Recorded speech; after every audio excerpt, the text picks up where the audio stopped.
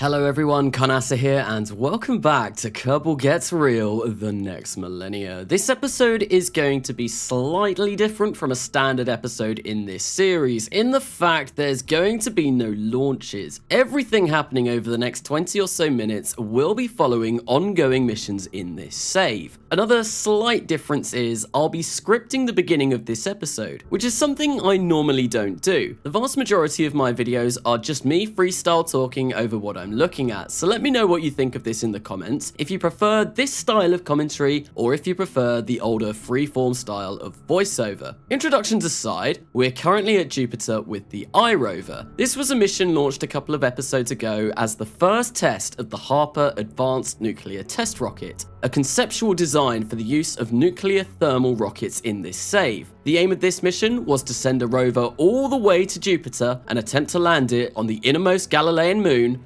Io. What we're doing right now is plotting out our maneuvers to orbit Io. Being the innermost moon of Jupiter in RSS, Io is relatively hard to get to due to its proximity to Jupiter, meaning we need to slow ourselves down considerably in order to match its orbit. In order to do this, I could have done multiple gravity assists from the other Jovian moons, but I don't really have the patience for that, so instead, we filled up our Jupiter orbiter with almost 7,000 meters per second of delta V. This, coupled along with a few high orbit inclination changes to match Io's inclination with reasonable efficiency, should be more than capable of achieving orbit around the moon. I just want to point out here, this is a little tip I picked up from Sonot the Herotype for Kerbalism. In order to avoid time warp being limited to 1,000 times, you can lock electric charge on your vessel to prevent this. You do have to go into options though and ensure signal required for control is disabled, otherwise this won't work. It's a really nice little tip though, and really helps with those long warps around Jupiter. There'll be a link to his channel in the description if you want to check out more. So when I was performing this series of maneuvers, I was continually checking my delta V remaining to ensure that I had enough to achieve the orbit I wanted. A nice, circular, low Io orbit, in order for me to pick the best possible landing site on the surface, and not say straight into a volcano. Io is the most geologically active body within the solar system with over 400 active volcanoes, and is vastly different from the remaining 3 Galilean moons in its composition. So I could tell myself, that's the reason we're sending this rover down to the surface of Io, in order to further study the geology of the moon. But in actual reality, the reason why we're landing this rover here is because it's the only moon of Jupiter in RSS that I have yet to land on. But talking of landing, we're now ready to begin our final descent onto the surface.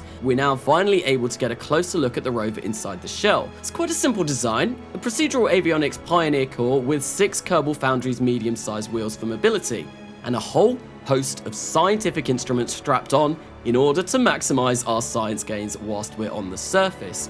The final descent stage of this vehicle is also going to act as a relay once we're down on the surface. This will decouple from the rover, so the rover itself won't be able to travel too far from its landing site, but hopefully far enough that we're able to cross into another biome for additional science. One major issue, however, with the rover was, for a reason unknown to me, somehow while still in the vacuum of space, the wheels decided to break, rendering them completely useless and the rover completely immobile. This was something a quick edit to the persistent file did fix, though, so I could actually get some movement out of this. But first, I do need to stop the relay from continually rolling down the slope that unfortunately I landed on. With a little bit of time warp magic, however, we are able to bring it to a complete stop. Now it's time to come back to the rover and begin its expedition. It's not shown here, but I managed to get about half a kilometer away from the relay before breaking every single wheel all over again. Anyway, that was the scripted beginning of this episode. Like I said, let me know what you think in the comments. It does mean that I can give a little bit more information about what's going on because I actually know what I'm going to be saying. What we're doing right now, however, is returning the crew from Ellis Station because if you didn't see during that last segment, well, they were kind of going crazy.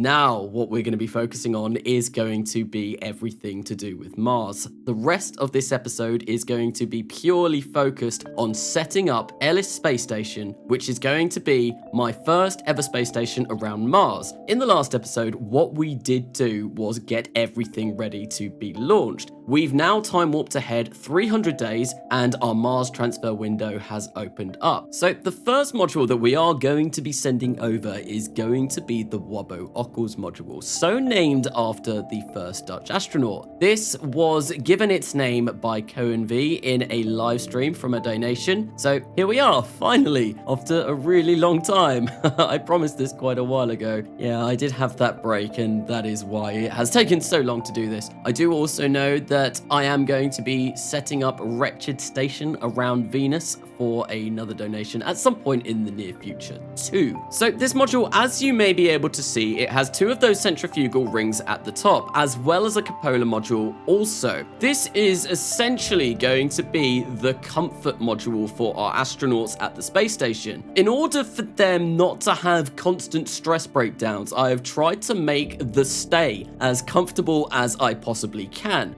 And the firm ground that we are going to get from those centrifugal rings is going to really help towards that, as will the nice open views that our astronauts are going to be able to get of Mars out of that cupola module. They're going to have an absolutely fantastic time on this station. No one is ever going to want to leave. They're going to bring, well, yeah, who knows? They might have families over there or something. I don't think we're going to go quite that far, but it's gonna be the best place to visit ever, essentially. I have got the comfort set up so that it is at 100%, so hopefully the stress breakdowns will be at a minimum.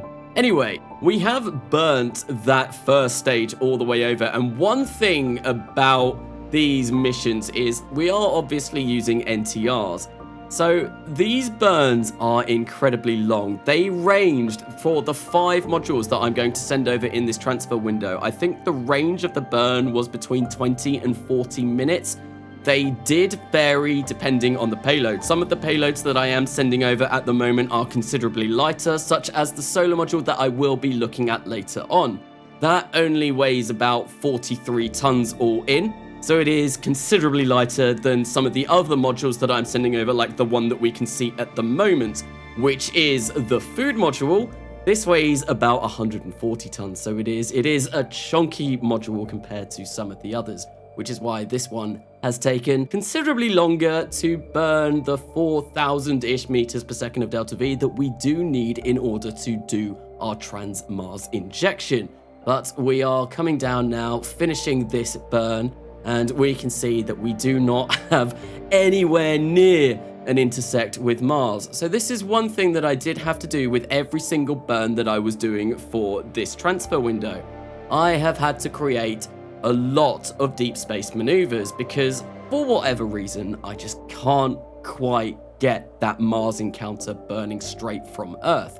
There we go, we've created our DSM for the food module. Now we are coming to the solar module, which, as I did mention before, this is very lightweight compared to everything else.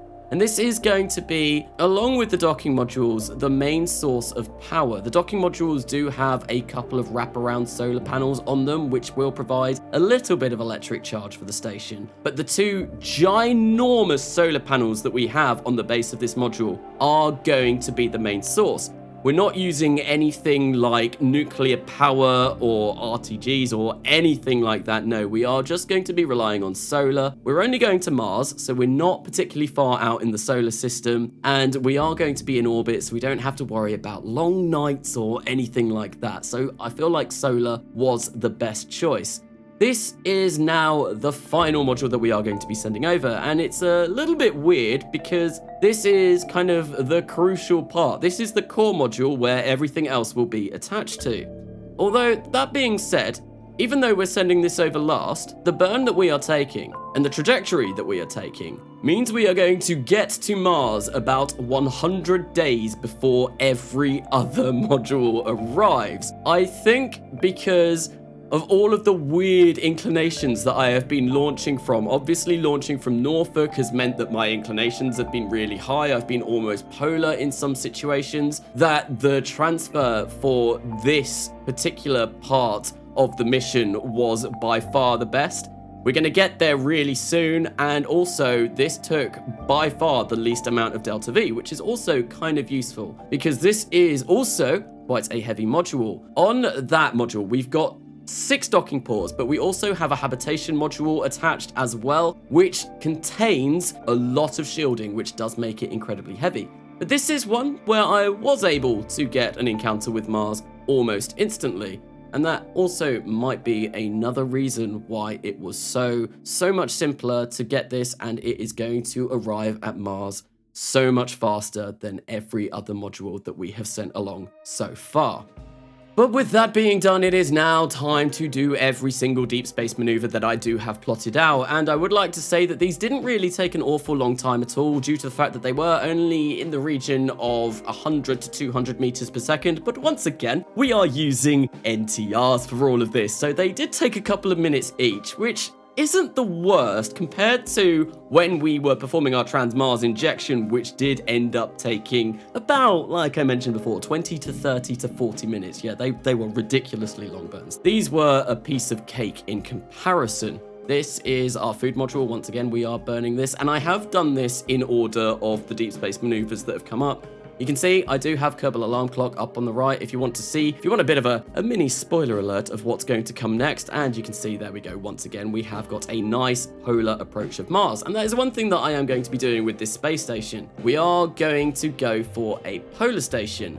That way we are going to cover all of the ground around Mars, and it does mean that it's going to be very easy for me when I send a lander to land on the poles, because obviously the poles are going to contain a lot of water, they've got ice caps. I'm going to want to use that water in order to produce the rocket fuel that I'm going to want to do in situ. So I wanted to have a station that was capable of having spacecraft attached to it that we could undock and then perform a polar landing. But with the docking module's deep space maneuver all done, that is those finished. Now, it is finally time to arrive at Mars. But first, we bring you Engineer 10, which has finally arrived at Saturn after many years in deep space. No, we are going to quickly skip over that mission. That was a mission that I set up in a live stream a really long time ago. It's not been in this series at all, and to be honest, it was a bit basic. It's just going to orbit Saturn, nothing exciting. We're going to do much more exciting things around Saturn later on in this series. But we are at Mars with our first module, which, as I did mention, is going to be the core module. Now, I've decided to go for a bit of tense music for this section of the video. The reason why is I wasn't sure how I was going to dock at Mars, how I was going to correct the inclination of all of the arriving spacecraft and make sure that they were in a correct polar inclination, that the longitude of the ascending node was all in the right direction. But actually, as it turned out, if I had an incredibly inclined, or not even an inclined orbit, an incredibly elliptical orbit, the correction burn to ensure that they were all aligned with each other was really small. Ended up being only about 50 meters per second if I had an incredibly elliptical orbit, and it got up to about 200 meters per second for the largest burn that I did in order to fix the inclination. But you can see the WBOOCLES module has now rendezvoused with the core, and we are ready to begin our docking procedures to get this space station at Mars all constructed. So what I have done here is I have detached the observational module, the WBOOCLES module, and we're also going to detach the core as well. This definitely didn't lead to problems later on because none of these have solar panels on them, so they definitely didn't run out of power. Spoiler alert, they most certainly did run out of power, but luckily they weren't moving around in space too much. Anyway, that aside, what I do want to do is send the transfer stages, the nuclear tugs, away from the station, because obviously that's a lot of extra parts, and I'm just going to send them away into a higher orbit so that they can sit around Mars until our transfer window back to Earth opens up. And each of these have about 9,000, I think 7,000 to 9,000 meters per second of delta V left after performing their capture at Mars and after performing their rendezvous with the station. Which means I definitely have more than enough fuel in those nuclear tugs to get us back to Earth and to capture into a nice low Earth orbit where we can then refuel them and send them back on their way to maybe another part of the solar system or maybe back to Mars. I don't know, I've not decided yet.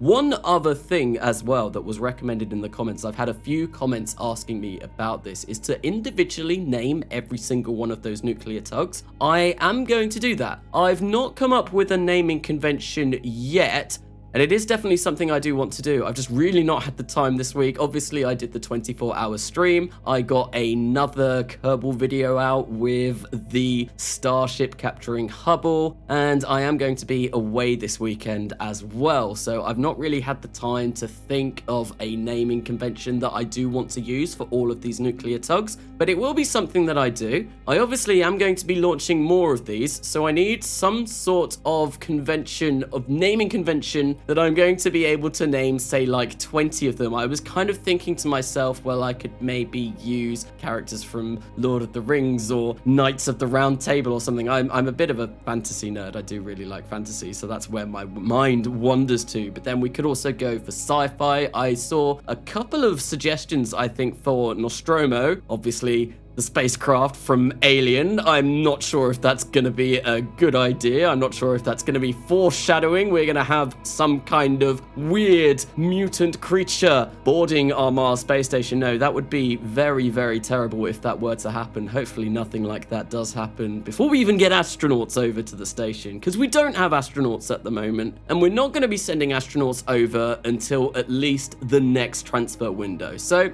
in this transfer window, we've got the bare bones of the station all put together. There's enough food, water, oxygen, supplies, comfort, all that kind of stuff for, I believe it's 4 astronauts for about 10 years. Yeah, it's a lot. That food module, like I did mention earlier on, the supplies module, it is incredibly heavy, which is witnessing the 2 docking modules docking at the same time now anyway. But yeah, we've got the bare bones, but we've not got anyone sent over yet. And in the next transfer window, I want to send the big, ginormous silver balls that I did design a couple of episodes ago. We are going to be sending those over. We're going to hopefully send some sort of Mars ascent and descent vehicle that I do still need to work on. I did mention the 24-hour live stream before. I did start working on something in that, but it turned out to be a complete failure, so we're probably going to go for something completely different. Yeah, back to the drawing board on that one. Turns out planes, Mars, don't really mix. You need to be able to slow down much faster. The atmosphere in Mars is obviously so very tenuous, so very thin, that having a horizontal takeoff vehicle, it's not going to be feasible. I'm going to have some sort of VTOL vehicle that I will be working on probably once I get back from where I am going away this weekend. But here we go. We have got the supplies module now coming up to the station, and with this, well, there is only one module remaining left to dock, and that is going to be the solar module. It's not crucially important at the moment because we are gaining power from the docking modules.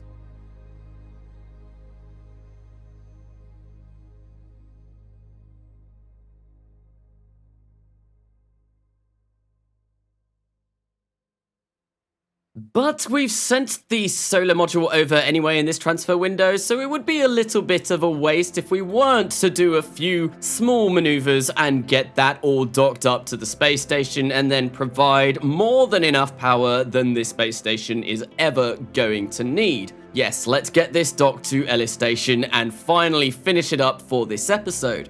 So, I did just call it Ellis Station. Obviously, in this series, that is so named after Bonnie Ellis, who was one of the astronauts who died in my last series, in Kerbal Gets Real. Yes, it was a terrible shame, but someone left a comment when I first mentioned the name of the video, and it's to do with Ellis Island in New York, I believe, where it was the stepping stone into the new world that was America, when America was the new world and everyone was coming over to explore the new world. And I just think that comment, yeah, it fits as well. Obviously, Mars, it's our new world. This is going to be our stepping stone to Mars. It is our gateway to Mars, so I feel like Ellis Station, in 2 regards now, really fits kind of perfectly for the station. And yeah, I'm just really pleased kind of how that all came together. But you can see we have done all of that boring rendezvousing and planning out maneuvers and all of that kind of stuff, and we are now at the station and making our final approach with the solar module This is going to be the last module that we send over in this transfer window, and that is going to be that for, until the next transfer window, where, like I did mention before, we are going to be sending over a lot more. And boy, this station is going to get big. But that is going to be the end of this episode for now. And I do want to say, obviously, I've mentioned it before, I'm going away this weekend. But I'm not sure if there is going to be a The Next Millenia episode out next week. For a couple of reasons. Obviously, I'm not going to have the amount of time that I usually would to get an episode put together. But I am also really starting to think about bringing my other Kerbal series back, which was Coming Home. My series set in Beyond Home, with KSP, Interstellar Extended, all of that kind of good stuff.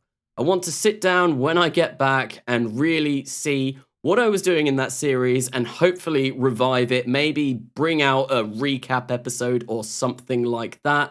And I'm thinking of alternating the episodes, so we'll have a Next Millenia one week and then a Coming Home the following week. But I'll see if I can stick to that schedule. Just doing the Next Millenia on its own has been tricky enough, but that is going to be the end of this video. I hope you have enjoyed it. I'd like to give a massive thanks to the continued support from all of my patrons, and I have been Karnasa, and I will see you later.